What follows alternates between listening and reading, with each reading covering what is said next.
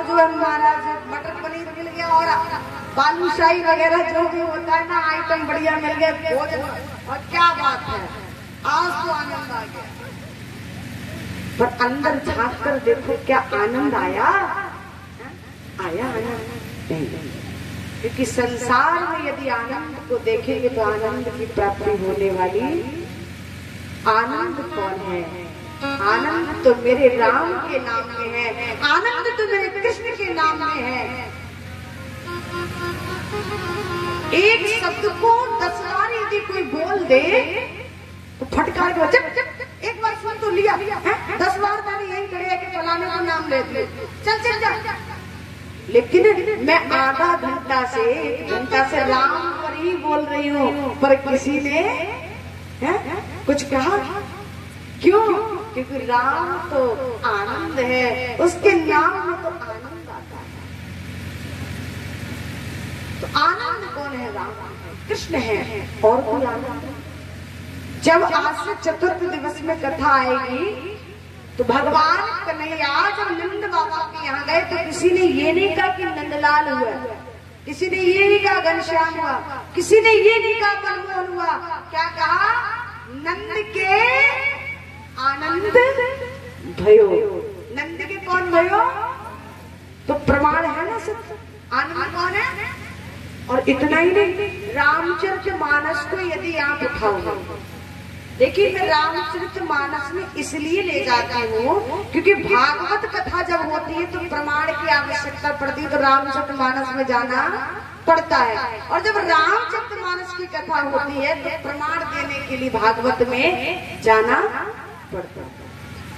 तो मैंने बताया कि जब कृष्ण बनकर आए तब भी उनको आनंद कहा, और जब राम बनकर आए वहां पर भी गोस्वामी जी आनंद की परिभाषा दी, आनंद का वर्णन किया कि सो आनंद सिंधु सुख राशि, सो आनंद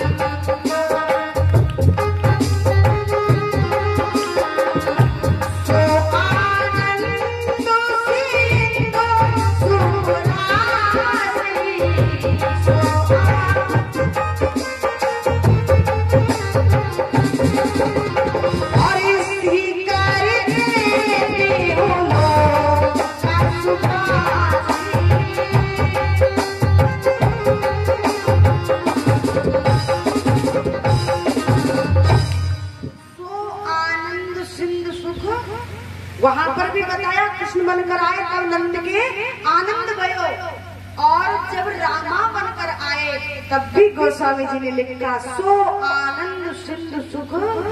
ये कौन है? ये साधारण नहीं है। बोले फिर कौन है? बोले आनंद का समुद्र है। क्या है? आनंद का समुद्र है, बूंद नहीं है, समुद्र।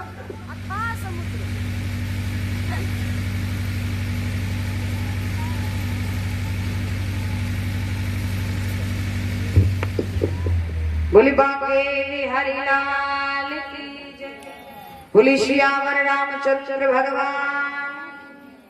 तो सो आनंद सिंधु सुख राशि, और सी कहते त्यों लोग सुखासी, अर्थात इस आनंद के समुद्र की यदि एक बूंद भी जीव मात्र को प्राप्त हो जाती है तो भव सागर से पार हो जाता है। तो सच्चिदानंद रूपाए, रूपों का वर्णन किया और लिखा इतना ही नहीं, विश्वोत्पत्त्या नहीं तभी।